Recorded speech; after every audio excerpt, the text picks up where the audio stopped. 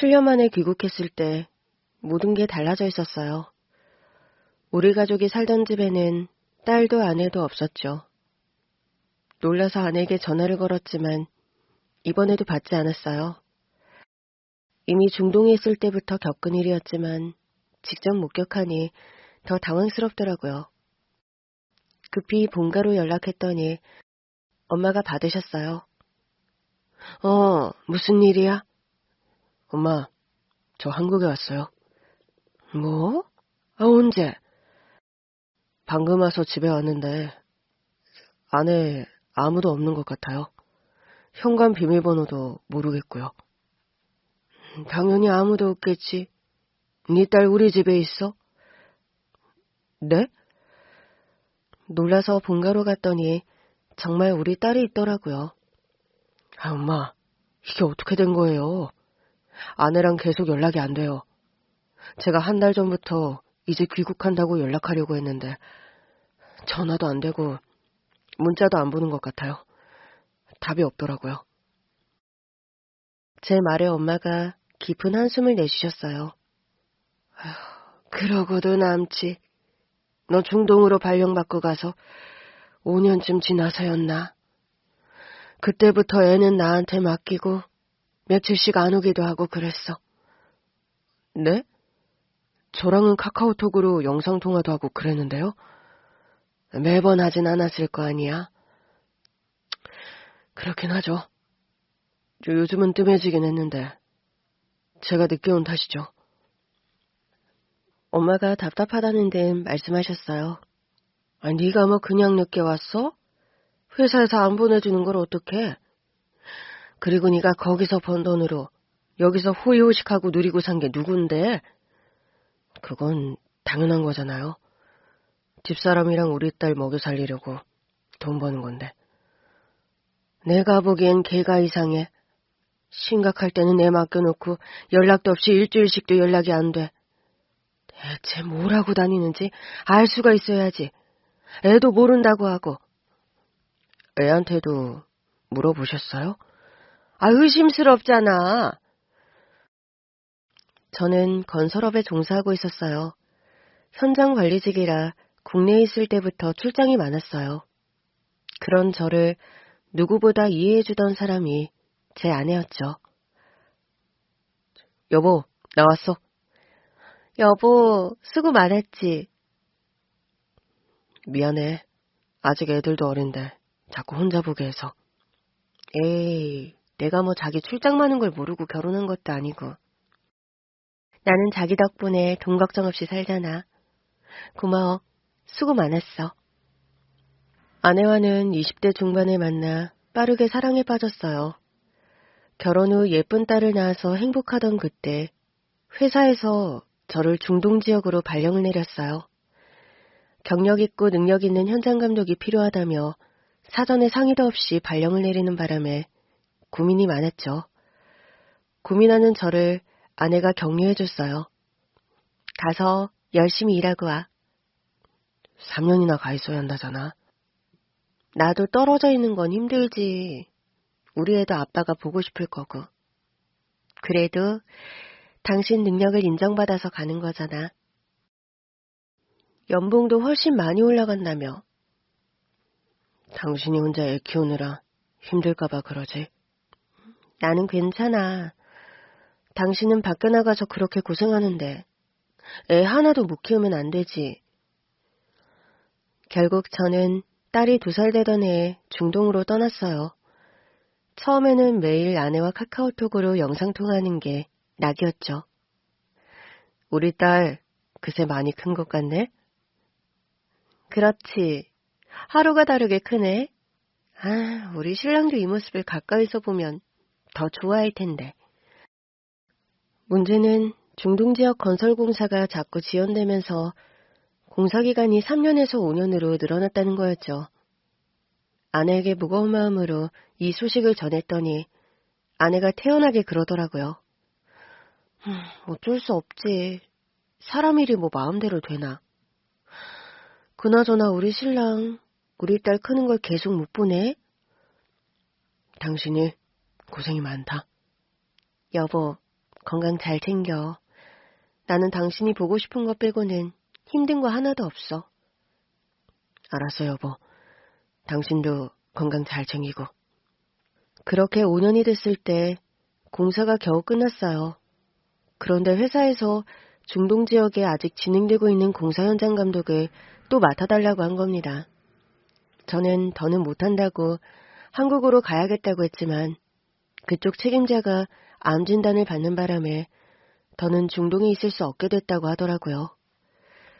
상황이 그렇다는데 또 무시하고 갈 수만은 없어서 고민 중이었어요. 그즈음 아이가 점점 크면서 아내도 평소만큼 자주 통화를 못하고 있었거든요. 아이가 더 크기 전에 귀국해서 함께 살고 싶은 마음이 클 때였어요. 며칠 만에 아내와 영상통화를 하는데 아내가 제 표정을 보더니 바로 눈치를 채더라고요. 당신 더 있게 됐구나? 여보, 그게 말이야. 괜찮아. 편하게 더 있다 와. 아니야. 이번에는 내 책임 일은 아니라서 내가 돌아가면 다른 책임자 찾아서 배치한다고 했어. 정말 괜찮아. 얼마나 더 있어야 하는데? 최소 1년에서 길면 2년. 에이, 그럼 더 있다가 오면 되지. 5년도 기다렸는데 1, 2년 더 기다리는 건 일도 아니지. 알잖아. 나 요즘 우리 딸 입학 준비로 정신없는 거. 정말 괜찮겠어? 사실 제가 괜찮지 않았는데 아내가 자꾸 괜찮다고 하더라고요. 그래서 결국 좀 더 체류하기로 마음먹게 됐죠. 대신 회사에는 최대 2년 그 이상은 안 있겠다고 말했더니 바로 수용해 주더라고요. 그렇게 자그마치 7년을 중동에 있었어요. 귀국 날짜가 확실히 잡힌 뒤 아내에게 전화를 걸었는데 또 영상통화 연결이 안 되더라고요. 그즈음 아내와 영상통화를 하는 횟수는 한 달에 한두 번이 다였어요. 제가 영상통화를 걸어도 연결이 안 될 때가 많았고 문자로 답이 오거나 음성통화로 답이 올 때가 더 많았거든요. 그것도 며칠 만에 올 때도 수두룩했죠. 그때도 영상통화 대신 음성통화로 답이 오더라고요. 여보, 많이 바빠? 정신이 좀 없었어. 왜? 나 귀국 날짜 잡혔어. 문자로 보냈잖아. 확인했어. 답이 없길래. 근데 당신 귀국 날짜는 또 바뀔 수도 있는 거 아니야? 나는 너무 기대는 안 하고 있어. 아니야. 이번엔 진짜야. 그래? 아무튼 그때까지는 기대 안 하고 기다릴래. 이러다가 더 있어야 한다고 하면 실망밖에 할 게 없잖아. 내가 너무 오래 중동에 있어서 아내도 지친 건가 싶더라고요. 하긴 지칠만도 한 시간이라고 생각했어요. 그런데 그때 아내가 그러더라고요. 여보, 행여나 회사에서 더 있으라고 하면 그냥 있어. 이제 당신 나이도 있는데 이직이 쉬운 일도 아니잖아. 연봉도 많이 주는데 굳이 안 할 이유도 없고. 아내의 그 말이 솔직히 섭섭하더라고요. 여보, 혹시 화났어? 그동안은 괜찮다고는 했지만 당신 혼자 애 키우는 게 쉬운 일은 아니었지? 화는 무슨? 애 키우는 게 쉬운 일은 아니어도 우리 가족을 위해 돈 버는 당신한테 무슨 불만이 있겠어? 그런 거 전혀 아니야. 나 진심이야. 회사에서 필요한 인재라면 나랑 우리 딸이 양보해야지. 이제는 익숙해져서 괜찮아. 우리 애도 요즘은 당신 잘 안 찾기도 하고. 통화를 마쳤는데 멍해지더라고요. 사실 그즘 같이 일하던 동료 한 명이 술 한잔 하자더니 하소연을 했거든요. 아무래도 마누라가 바람난 것 같아. 뭐? 내가 신혼 시작하자마자 중동으로 왔잖아. 데리고 올 걸 그랬어. 아내가 중동 생활 자신 없다고 해서 애도 없는데 혼자 두고 왔더니 결국 이 꼴이 났네. 아니, 뭐가 확실한 건 맞아? 확실하다 마다. 나한테 이혼하재. 정말? 그래서 딴 놈 생겼냐고 물어보니까 대답을 안 하네. 어차피 신혼 잠깐 보낸 거 말고 우리 사이에 무슨 정이 있냐면서. 그만 헤어지자고 하더라. 그래도 자기가 7년을 독수공방 하시면서 버텼으니 살던 아파트랑 위자료는 챙겨달라면서. 그 얘기를 듣는데 뭐라 위로를 못하겠더라고요. 그즘 부쩍 횟수가 줄은 아내의 연락도 마음에 걸리던 차였고요. 그러나 동료가 그랬어요. 야, 나도 애라도 하나 낳고 올걸. 그 집은 문제 없지? 그럼. 사실 연락이 드물어진 것 말고는 눈에 보이는 문제는 없었으니까요. 가뜩이나 힘들어하는 동료 앞에서 제 문제를 말하기도 어려웠고요. 그러면서 동료가 이번에는 꼭 귀국해서 가족이랑 같이 살아야 한다고 신신당부를 했어요. 어차피 돌아갈 생각이긴 했지만 아내와 통화를 마쳤는데 그 동료와의 대화가 떠오른 거예요. 위기의식이 확 들더라고요. 사실 저도 아내 딸과 함께 중동에 올 생각도 있었어요. 회사에서 꽤 괜찮은 사택도 얻어줬기 때문에 다 같이 살려면 살 수 있었죠.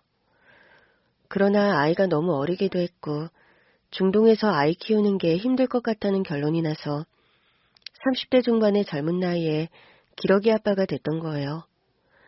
월급이 많이 올라 아내에게 꼬박꼬박 돈도 보냈고 영상통화나 카톡, 보이스톡으로 아이 자라는 걸 보는 게 유일한 낙이었어요. 그러나 7년이 지나 귀국했을 때 딸은 저를 낯설어했고 아내는 며칠이 지나도록 얼굴조차 볼 수 없었죠. 아이를 데리고 일단 집으로는 왔는데 아이랑 둘이 있는 게 영 어색하더라고요. 아이도 어색한 건지 그냥 할머니 집에 가고 싶다고 했어요. 그래도 딸이랑 친해져 볼 생각으로 요리도 해주려고 하고 좋아하는 것도 사줘봤지만 딸은 저를 꼭 낯선 아저씨 보듯 했어요. 그 사이 아내에게 계속 전화도 걸고 메시지도 남겼지만 답이 없더라고요. 도대체 어딜 간 건지 어디서 뭘 하는 건지 알 방법이 없더라고요. 또 며칠이 지난 늦은 밤에서야 아내가 돌아왔어요. 저를 보고도 놀라지 않더라고요. 한눈에도 만취한 모습이었죠. 당신 대체 어디 있다 오는 거야? 나 귀국하고 4일이 지났어. 당신 온다고 했었지. 난 또 꿈을 꾸고 있는 줄 알았네. 술에 취했으니 꿈인 것 같겠지. 대체 어디 갔다 온 거냐니까? 당신이 나한테 그런 말 할 자격 있어? 뭐? 아니, 7년을 독수공방 시켜놓고 무슨 자격으로 내 사생활을 따지냐고. 사생활? 부부 사이에 사생활이 어딨어?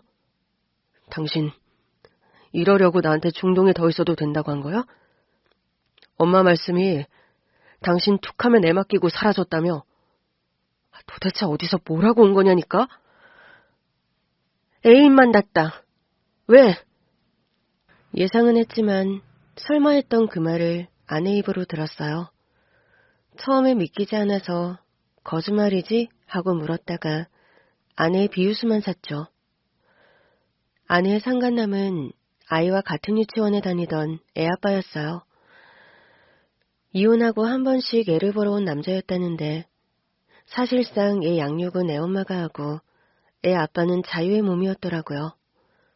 아내는 그 남자와 바람을 피우기 시작했고 그 남자가 투자로 돈을 빌려준다는 명목으로 그간 제가 벌어다준 돈 대부분도 가져갔더라고요.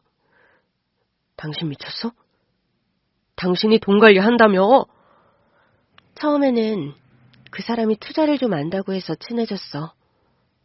나도 당신이 힘들게 벌어다준 돈을 잘 투자하고 싶어서 만난 거라고. 그걸 지금 핑계라고 되는 거야? 그럼 어떡해? 당신이 없어서 옆구리는 허전하지. 그 남자는 돌싱이지. 몇 번 어울리다가 보니까 이렇게 됐어. 우리 재산은, 내가 벌어다 준 돈은 그 사람이 투자하다가 날렸어. 뭐? 그 사람도 잘해주려고 하다가 그렇게 된 건데 뭐라고 할 순 없잖아. 아내는 그 남자에게 완전히 빠져 있었고 그 남자가 사기꾼일 수 있다는 건 보이지도 않는 눈치였어요. 결국 저는 이혼을 요구했습니다. 당신이 유책 배우자니까 애는 내가 키울게. 그래. 그동안은 나 혼자 고생했으니 이제 당신이 키워. 당신 혼자 고생했다고? 사실상 엄마가 다 키우신 것 같던데? 그래서? 그게 불만이야? 뭐? 그럼 당신 없이 내가 독박 육아라도 했어야 속이 시원하다 이거야? 내가 한국으로 돌아갈 수 있다고 했을 때 당신이 뭐라고 했어? 어차피 돈도 많이 주는데 더 일하고 오라며. 애 키우는 건 당신이 충분히 할 수 있다며. 내가 그랬나? 술을 하도 먹어서 기억력도 나빠진 거야? 당신이 뭔데 잔소리야. 7년간 남편으로서도 애 아빠로서도 제대로 한 게 뭐가 있다고. 뭐? 돈 벌어다 달라며. 내가 돈 벌어다 줘서 당신은 편하게 사니까 좋다며. 그 돈이 다 사라졌잖아. 당신이 상간남한테 다 준 거잖아. 좋은 이별은 없더라고요. 결국 속에 있던 분노만 폭발했고 아내와는 이혼 절차를 밟았어요. 문제는 해외 파견 후 국내로 복귀했지만 건설사가 부도가 났다는 거예요. 이혼하고 재산이 0원이었어요. 그나마 빚이 없는 건 다행이었지만 당장 벌이가 없이는 생활이 유지가 되지 않는 상황이었죠. 결국 40대 중반에 저는 새 인생을 시작해야 했어요. 동네 마을버스 기사로 일을 하게 됐는데 그래도 한국에 자리를 잡으니 마음이 더 편하더라고요. 매일 똑같은 코스로 버스를 운행하며 승객들에게 친절하게 인사도 나누고 그러면서 아내에게서 받은 불신이 조금씩 씻겨내려가는 듯했어요. 딸과도 점점 더 가까워졌죠. 딸이 처음에 저에게 서먹하게 군 이유도 결국 엄마의 보살핌을 못 받은 불안감 때문이었더라고요. 제가 꾸준히 옆에 있으면서 아빠 노릇을 하자 딸이 그랬어요. 아빠, 나는 요즘 행복해. 정말? 우리 딸이 행복하다니까 아빠도 좋다. 근데 뭐가 우리 딸을 행복하게 할까? 사실 아내와 이혼 후 딸이 많이 신경 쓰였거든요. 이혼 사실을 전하는 것도 쉬운 일은 아니었고요. 저는 아내에게 일주일에 한 번씩은 딸을 만나달라고 했지만 아내는 너무 많다며 거부했어요. 그럼 한 달에 한 번이라도 만나줄 거냐고 물으니 그것도 시간 봐서 하겠다고 하더라고요. 그러더니 결국 이혼하자마자 연락이 뚝 끊겼어요. 그래서 엄마를 못 보고 있는 딸이 안쓰럽던 차였는데 딸이 불현듯 행복하다고 말한 거죠. 아빠랑 같이 있으니까 매일매일. 정말? 그래서 행복해? 응. 엄마는 맨날 집에 없었거든. 엄마가 나 보러 안 오는 거 맞지? 아, 그게 엄마도 이혼하고 자기 먹고 살려면 바쁘니까. 아빠, 나 다 알아. 엄마가 바람 피운 거. 어? 엄마, 동건이네 아빠랑 바람 피우잖아. 같이 있는 거 본 적 있어? 딸에게서 그 말을 듣는데 화가 머리끝까지 치솟더라고요. 언제 봤어? 할머니랑 백화점 갔다가. 봤는데 모른 척했어. 할머니가 보면 쓰러질까봐. 할머니 고혈압 있잖아. 네가 그런 것도 알아? 우리 딸은 똑똑하다 못해 철이 일찍 든 것 같더라고요. 그 어린애가 중간에 끼어서 할머니가 놀랄까봐 말을 안 했다고 하는데 우라통이 터질 것 같더라고요. 그러던 어느 날이었어요. 마을버스를 운행을 마치고 종점에 도착했는데 한 할머니가 내리지 않고 울고 계시더라고요. 걱정돼서 여쭤봤죠. 할머니, 괜찮으세요? 그런데 할머니께서 생각지도 못한 부탁을 하시는 겁니다. 기사 양반, 혹시 나 버스에서 하룻밤만 잘 수 있어요? 네? 이 버스에서 주무시겠다고요? 네, 시동 끄고 잠만 잘게요. 사정은 모르겠지만 그건 좀 아닌 것 같았어요. 그래서 불쌍한 마음에 할머니를 모시고 집으로 와서 재워드렸죠. 다음날 아침 일어났는데 할머니께서 우리 딸에게 아침을 차려주고 계시더라고요. 아유, 잘 먹는다. 맛있어요. 그래? 어린애가 청국장을 잘 먹네. 우리 할머니도 자주 끓여주셨거든요. 그랬어? 할머니 손에서 자라서 그런지 우리 딸이 조잘조잘 잘도 떠들고 있더라고요. 저는 할머니께 감사 인사를 드렸어요. 감사합니다. 제가 했어야 했는데. 무슨 소리예요. 내가 신세진 건데. 애 밥만 먹이고 갈게요. 그때까지만 해도 할머니를 집에 모시고 온 게 내 인생의 초대박을 터뜨리는 일인 줄은 몰랐어요. 다만 할머니를 그대로 나가시게 하는 게 마음에 걸리더라고요. 할머니, 혹시 괜찮으시면 가실 곳 생길 때까지는 저희 집에 계시는 게 어때요? 저희 엄마가 낮에 한 번씩 오시긴 할 텐데 그래도 괜찮으시면요. 정말 그래도 돼요? 그럼 내가 이 집 청소도 하고 밥도 하고 다 할 수 있어요. 아닙니다.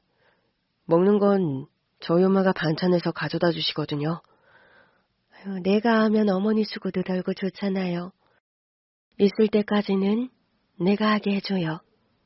말씀하시는 게 어쩐지 교양도 있어 보이시고 해가 될 분 같지는 않았어요. 아이 등교는 제가 시키기도 하고 또 등교하고 나면 엄마가 제가 퇴근할 때까지 우리 집에서 딸을 봐주셨거든요. 맞다. 저희 집 거실에 딸 때문에 달아둔 CCTV가 있어요. 제가 혼자 딸을 키우다 보니 혹시나 해서요. 혹시 불편하실까요? 아니에요. 요즘은 다들 그러잖아요. 거실에서 옷 갈아입을 것도 아닌데 뭐 어때요? 그럼 편히 쉬고 계세요. 내가 장을 좀 봐도 되겠죠? 그럼 이걸로 보세요. 저는 할머니께 현금 몇만 원을 드렸어요. 편하게 계세요. 무리하지 마시고요. 이따 오후에는 저희 엄마랑 딸이랑 같이 올 거예요. 그래요. 고마워요. 그렇게 할머니를 집에 모신 뒤 버스 운행을 나갔어요. 집에 돌아왔더니 엄마가 심각한 얼굴로 할머니와 마주 앉아 계시더라고요. 엄마, 무슨 일이에요? 아니, 이분이 자꾸 우리 애가 아픈 곳이 있는 것 같다고 하네. 네? 우리 애는 건강한데. 그러니까 말이야. 도대체 그게 무슨 말씀이세요? 목 주변에 종양이 있어요. 대체 무슨 말씀을... 아들, 이분 정신이 온전한 분은 맞는 거니? 엄마. 할머니가 계속 건강해 보이는 우리 딸 목 주변에 종양이 있다고 하니 엄마도 화가 나신 것 같더라고요. 근거도 없이 그러니까 내가 화가 나서 그러는 거 아니야. 저기요, 그러지 말고 제가 근처에 고시원이라도 얻어드릴 테니까 거기 가 계시는 건 어때요? 제 말 들어서 나쁘실 거 없을 거예요. 정말이에요. 엄마는 할머니의 말씀이 불편하셨는지 다른 곳에 계시게 하자고 했지만 저는 며칠이라도 더 계시게 하자고 엄마를 설득했어요. 그러나 엄마는 영 못마땅해 하는 눈치셨죠. 또 다음날 운행을 마치고 집에 갔더니 할머니가 엄마 앞에서 울고 계시더라고요. 엄마, 무슨 일이에요? 제가 아침에 말씀드렸잖아요. 그냥 며칠이라도. 와서 좀 앉아봐.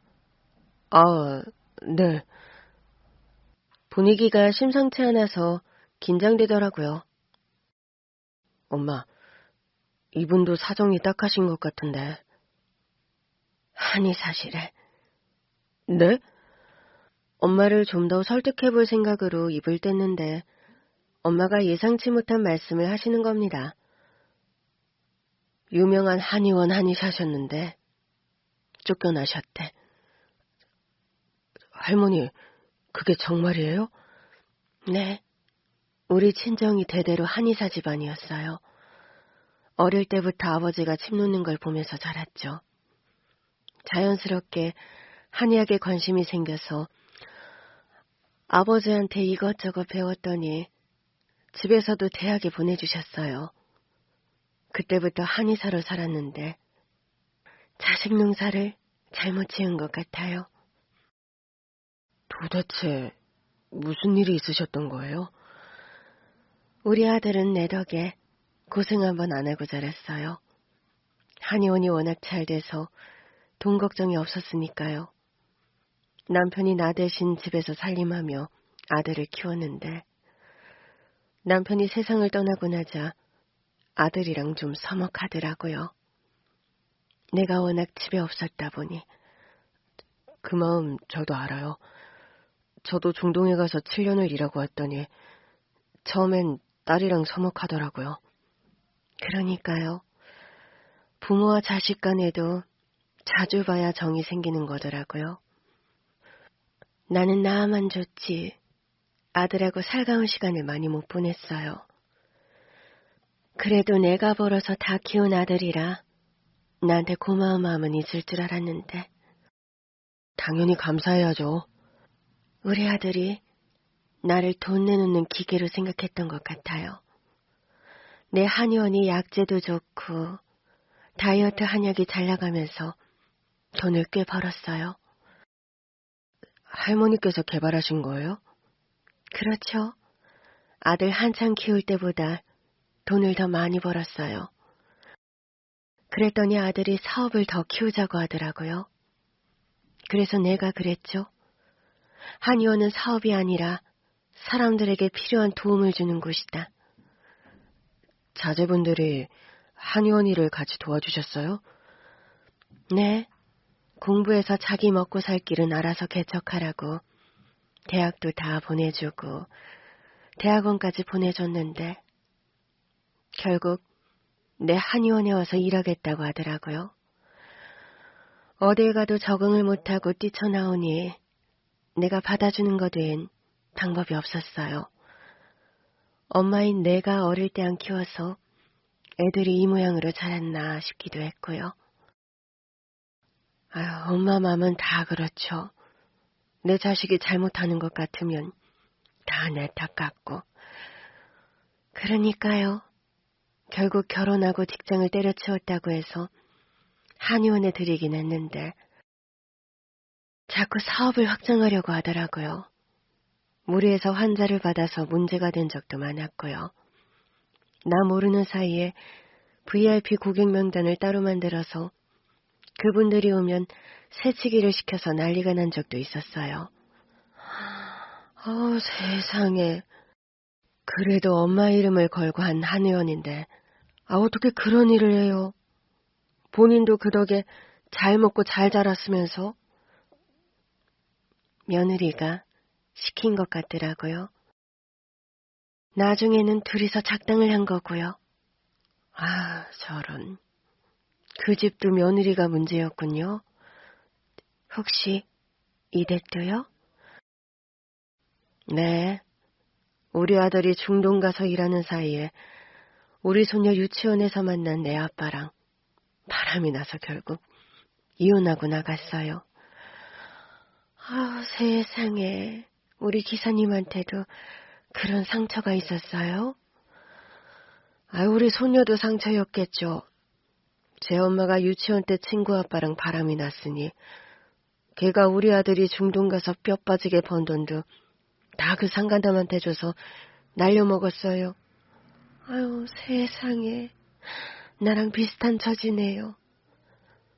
제 아들도 아들이지만 자식이 그랬으니 얼마나 기가 차세요. 예, 결국 내가 자기 말을 안 들으니까 별수를 다 썼어요. 하루는 손님들이 우르르 몰려와서는 저한테 항의하기 시작했어요. 우리 한의원에서 처방받은 다이어트 한약을 먹었는데 살이 더 쪘다는 둥 그러는데 이상하더라고요. 그런 일이 계속 있으니까 와서 대기하던 손님들도 도망가고 아무래도 이상했어요. 내 다이어트 한약은 체질대로 잘 처방해주는 거라 살이 더 찐다는 건 말이 안 되거든요. 한약 말고 다른 걸 많이 먹어서라면 모를까. 그렇게 말씀하시지 그랬어요. 말을 해도 소용이 없고 돈을 물러달라는 둥 억지만 부리더라고요. 나중에는 손님들이 행패까지 부리면서 한의원이 발칵 뒤집혔어요.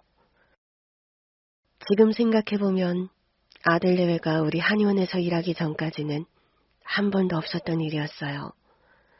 그때는 그 생각은 못하고 갑자기 한의사로서의 자존감이 뚝 떨어지더라고요. 내 처방이 틀렸나 싶고 갑자기 내 인생에 왜 이런 일이 일어나는 건지 괴로웠어요. 제가 그러고 있으니까 며느리가 와서 그러더라고요. 어머니, 좀 힘들어 보이시는데 당분간이라도 좀 쉬시는 건 어때요? 뭐? 내가 쉬면 한의원은 어쩌고? 당분간은 재고 판매 정도만 하죠 뭐. 저희가 알아서 할 테니까. 어머니는 어디 여행이라도 좀 다녀오세요. 그러면서 혹시 모르니 내 신분증이랑 인감도장은 두고 가라고 하더라고요. 한의원에서 급한 일이 생기면 필요할 수도 있으니까요. 처음에는 안 간다고 했는데 결국 가기로 했어요. 그때는 저도 스트레스가 폭발할 것 같았거든요. 그렇게 다녀왔는데 한의원에 다른 한의사가 와 있는 거예요. 며느리랑 아들한테 이게 무슨 일이냐고 물으니까 이제 한의원은 자기들 거라고 나더러 나가라고 하는 겁니다. 아이고, 한의사님이 순진하셨네요. 자식이라고 그냥 믿으셨던 거죠? 네. 근데 더 기가 찬 건요. 제 집이랑 차, 재산까지 전부 아들 내외가 가져갔다는 거예요. 네?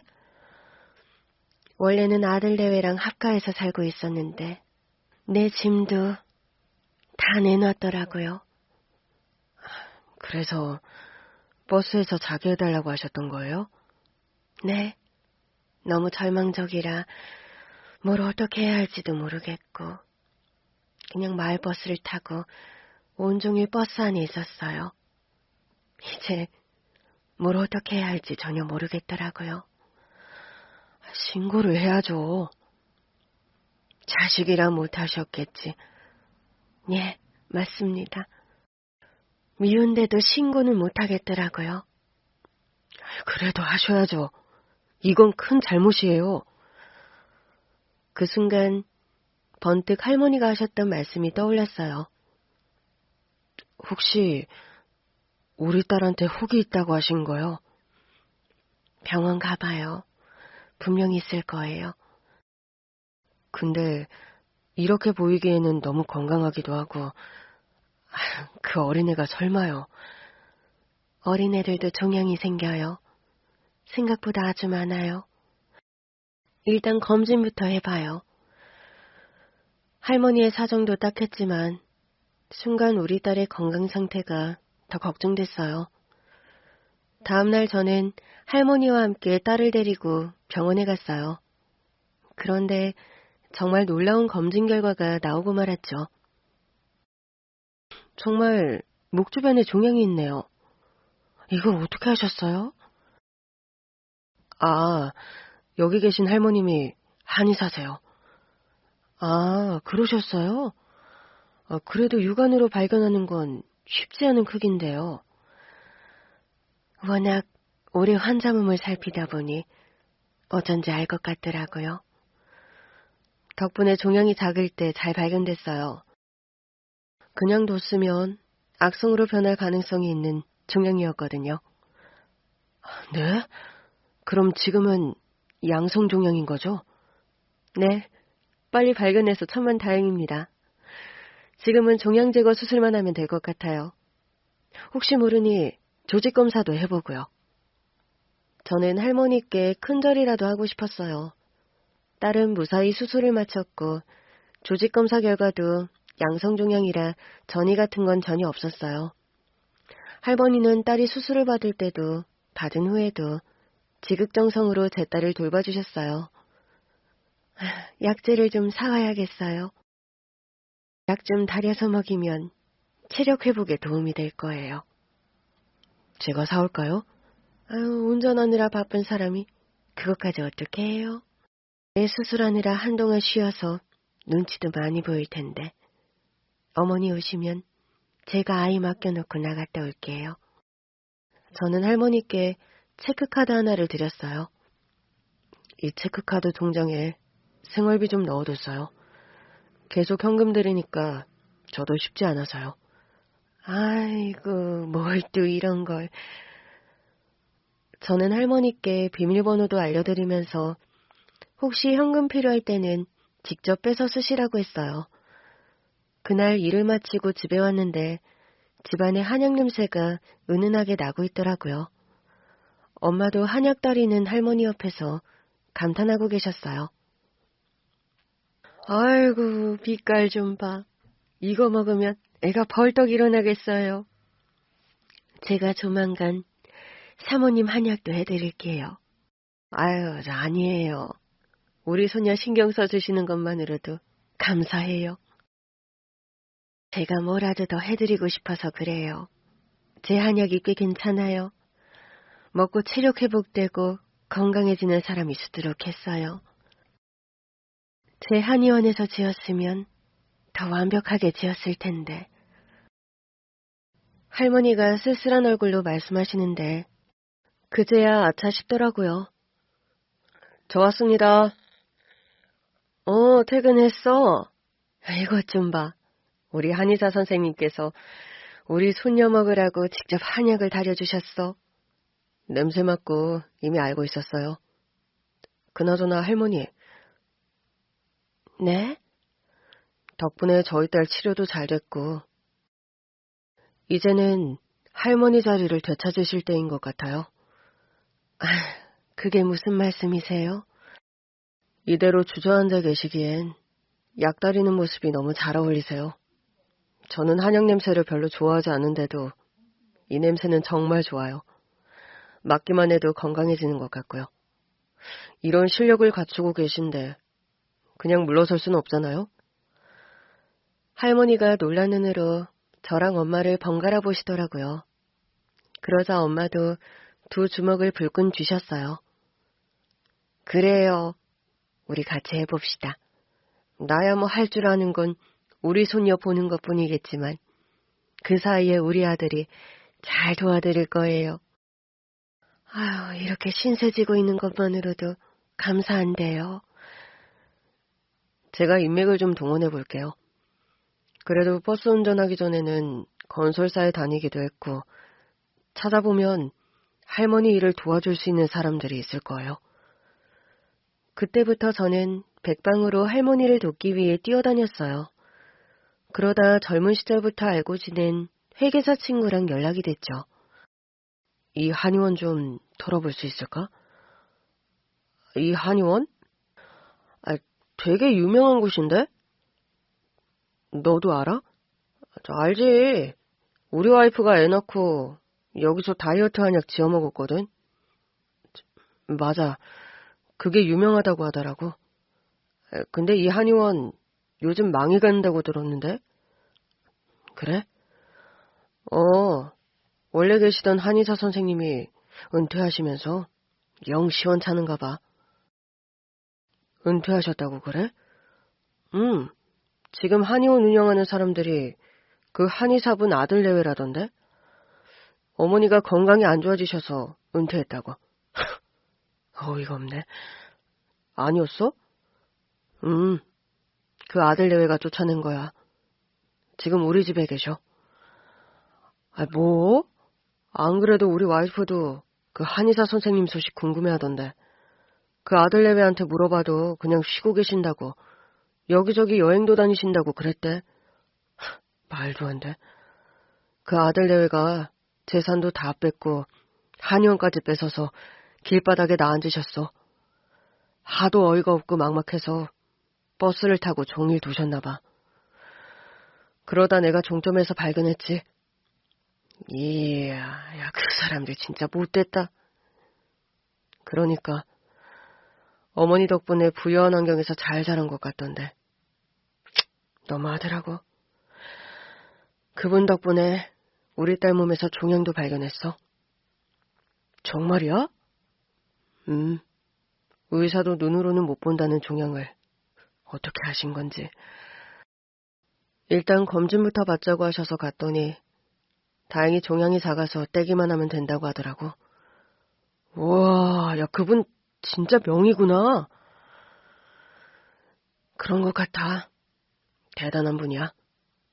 그래서 그 자리를 되찾아드리고 싶어.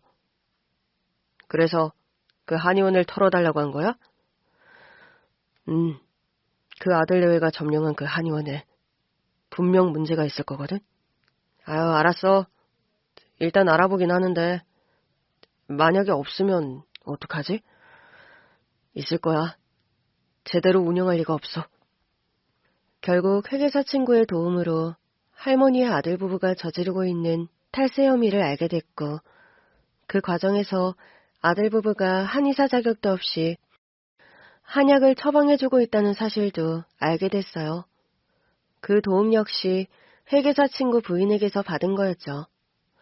그 모든 증거를 들고 할머니와 함께 한의원으로 갔어요. 할머니를 본 아들 부부가 놀라더라고요. 어머니, 오랜만이구나. 엄마, 한의원에는 어쩐 일이세요? 내가 내 한의원에 오는 게 뭐. 엄마, 이제는 엄마 한의원이 아니라 내 한의원이죠?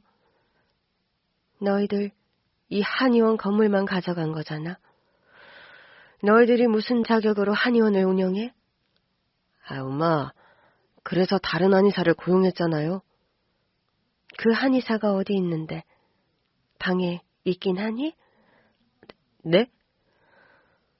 네 와이프가 한의사인 척 앉아서 처방한다며? 그게 무슨... 어머니, 갑자기 그게 무슨 말씀이세요? 그럼 네가 왜 한의사 가운을 입고 있니? 할머니 며느리가 화들짝 놀라더라고요. 그건 어머니가 안 계시니까 제가 한의원의 중심을 잡기 위해 입고 있는 거죠? 한의사 없지?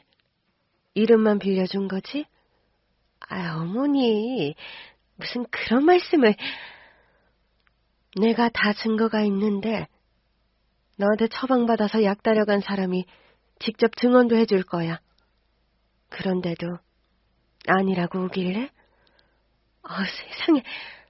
어머니 혹시 우리한테 복수하려고 사람 심으셨어요? 알바라도 쓰셨냐고요? 뭐 눈에는 뭐만 보인다더니 역시 나한테 와서 다이어트 한약 안 된다고 난리쳤던 그 손님들. 다 알바였지? 너희들이 돈 주고 산 사람들. 어머니, 생사람 잡지 마세요.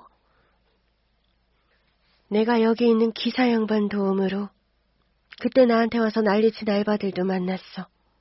다들 증언해주더라.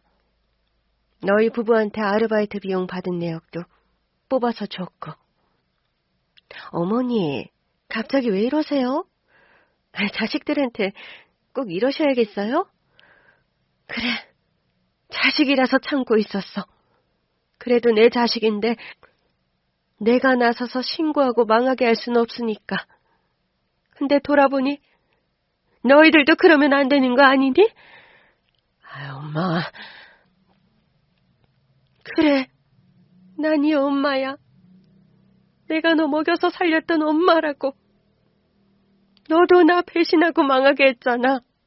근데 왜 나는 안 되니? 아, 엄마. 막말로 엄마가 돈만 벌어다 주셨지. 저는 아빠가 키워주셨어요. 아빠가 이 한의원 주인이었다면 저도 그렇게는 못했겠죠. 제 안에 엄마에 대한 불평불만이 늘 있었다고요.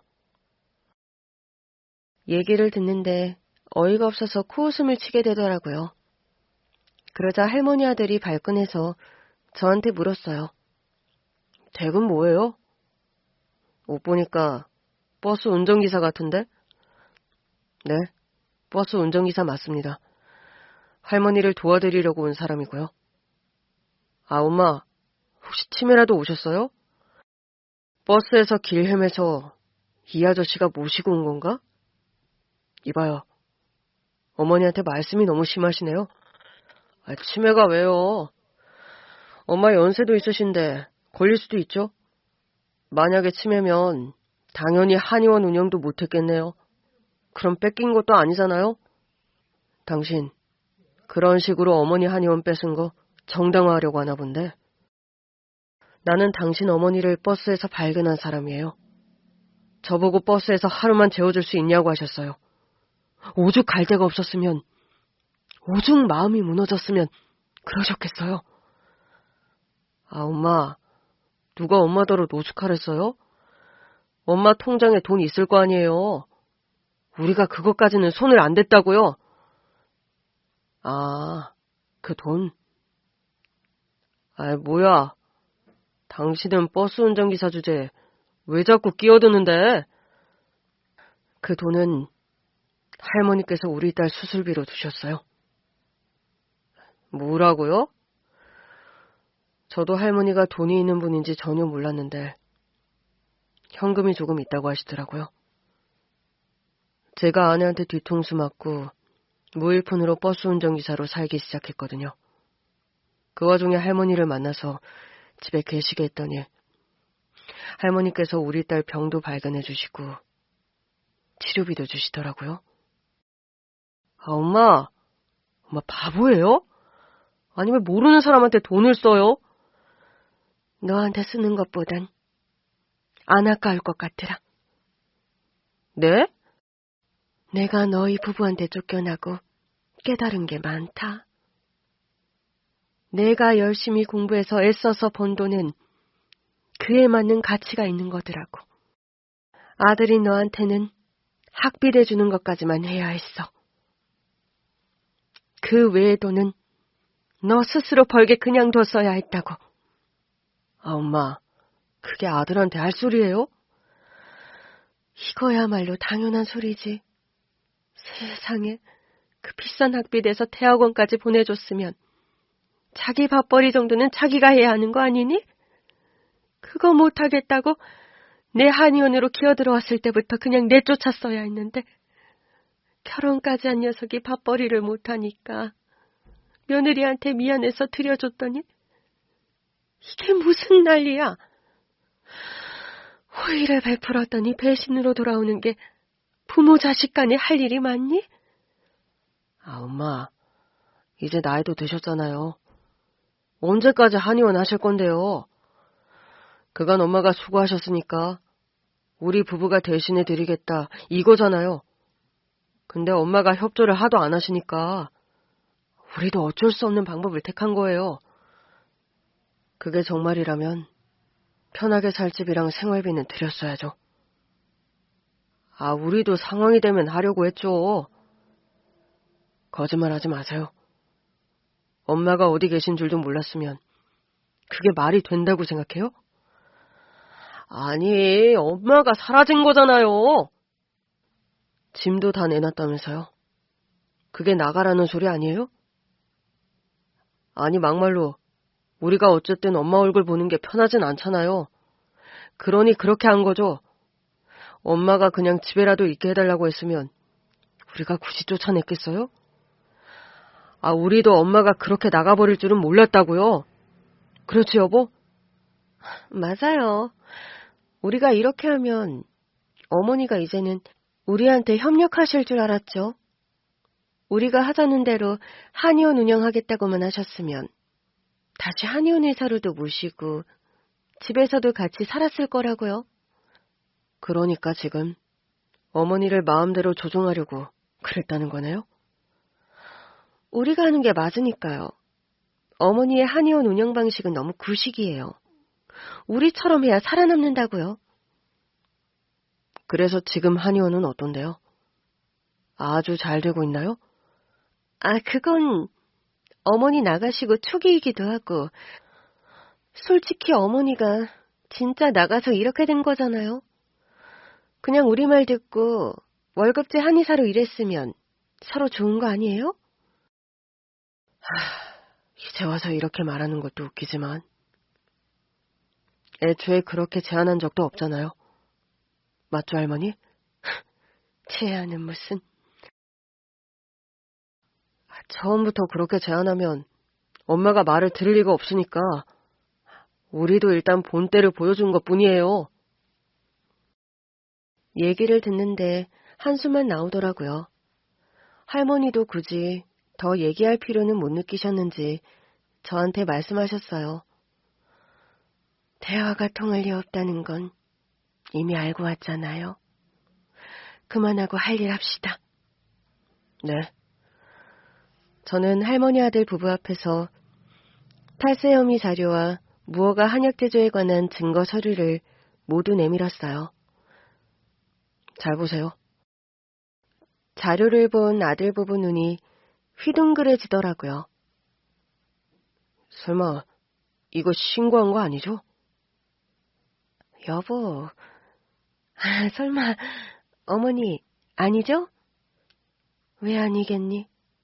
이미 신고 마치고 오는 길인데? 엄마! 어디서 큰 소리야? 너 언제부터 나랑 친했다고 이렇게 뻔뻔하게 구니? 어릴 때는 나 무섭다고 눈도 못 쳐다보던 녀석이 막장 마누라 만나니까 눈에 뵈는 게 없어? 그건 엄마가 워낙 무섭게 구셨잖아요. 아들아, 사람들은 그걸 카리스마라고 하더라. 내가 워낙에 카리스마가 있는 한의사긴 했지. 근데 널 혼내거나 주눅들게 한 적 있었어? 엄마가 너무 그러니까 나랑 아빠가 기도 못 펴고 산 거라고요. 너희 아버지가 나를 얼마나 사랑했는데 내가 한의사로 잘 나가는 걸 얼마나 자랑스러워했는데. 거짓말하지 마세요. 엄마가 설치고 다니니까 아빠가 살림하실 수밖에 없었던 거잖아요. 네 아버지는 너랑 날 위해서 다니던 회사까지 관두고 살림을 맡기로 스스로 결정하셨어. 나도 끼니를 잘 못 챙겨 먹고 너도 키워야 하고, 그렇다면 일반 회사원인 자기가 일을 관두고 양육이랑 살림을 맡는 게 맞다고 하셨다. 그래서 엄마가 뭐 잘했다는 거예요? 네가 사회에 나가서 하도 적응을 못하길래 진짜 내가 안 키워서 애가 저렇게 컸나 자책하던 때도 있었지. 근데 지금 보니 내 잘못이 아니야. 넌 그냥 못난 사람으로 큰 거야. 지금 네 나이가 몇 살이야? 40살이 다 됐으면 이제 부모가 너한테 준 인생이 아니라 네 인생을 살 나이잖아. 부모 핑계 대기엔 귀여운 나이는 아니란다. 엄마! 할머니 아들은 여전히 말이 통할 기미가 없었고 제가 모자 사이에 끼어들었어요. 자, 이제 신고는 마쳤고 조사 들어올 거예요. 어머니, 이제라도 다시 생각하세요. 어머니께서 평생 일궈오신 한의원인데 이거 다 조사하면 진짜 문 닫아야 해요. 할머니 며느리가 호소하더라고요. 너희들은 그럴 줄 알고도 이 잘못을 저지른 거구나. 내가 평생 일군 한의원을 뺏은 것도 모자라서 망해도 상관없다는 거였어. 그렇지. 어머니, 그러니까 이제라도 신고 접수 취소하세요. 아니, 나는 신고할 거고 한의원 문 닫게 할 거다. 어머니, 이러면 어머니 인생은 뭐가 되는데요? 이 한의원이 문을 닫으면 결국 어머니 명예에 먹칠하는 거라고요. 너희들이 내 명예나 이 한의원을 진짜 생각했으면 함부로 내 걸 뺏으면 안 됐지. 나가서는 밥도 못 벌어먹는 것들이 감히 내 한의원을 탐내? 내가 도둑들을 집에 들였어. 어머니, 저희가 어머니 재산 뺏은 거 다 돌려드릴게요. 돌려주고 나서 말해. 여보, 뭐해? 지금 바로 돌려드려. 지금 바로? 아직 완전히 이전은 안 됐잖아.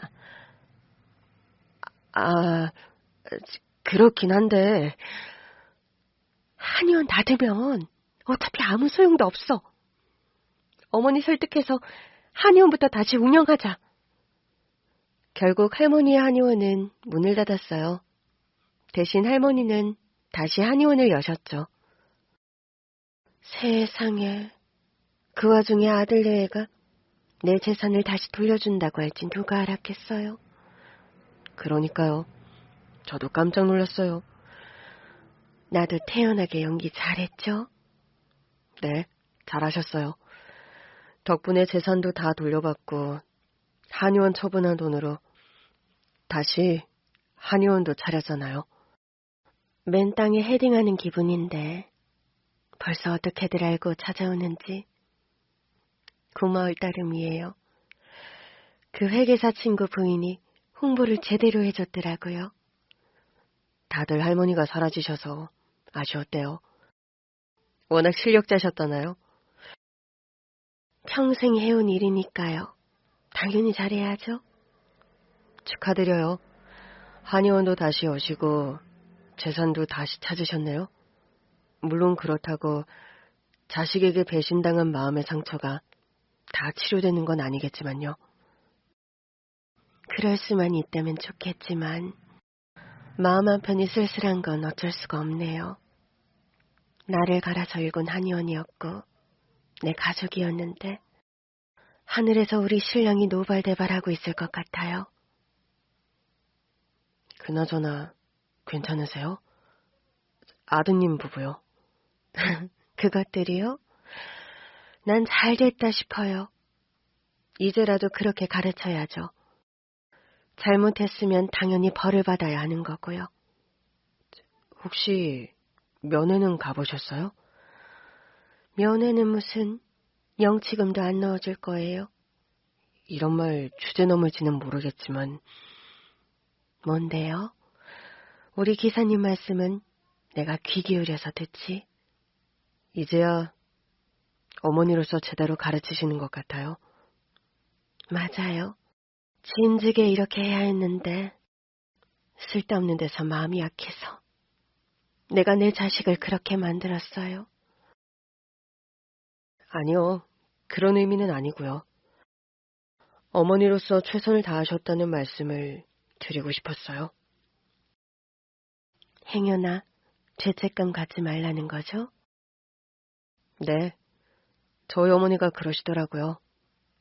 그렇게는 하셨지만 아마 마음은 안 편하실 거라고요. 역시 엄마가 엄마 마음을 아네. 안 편하죠.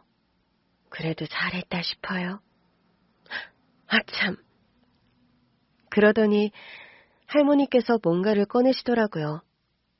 이거 내가 주고 싶은 거예요. 동장이네요. 보상금이라고 해도죠? 아니, 제가 받을 보상이 뭐가 있다고요?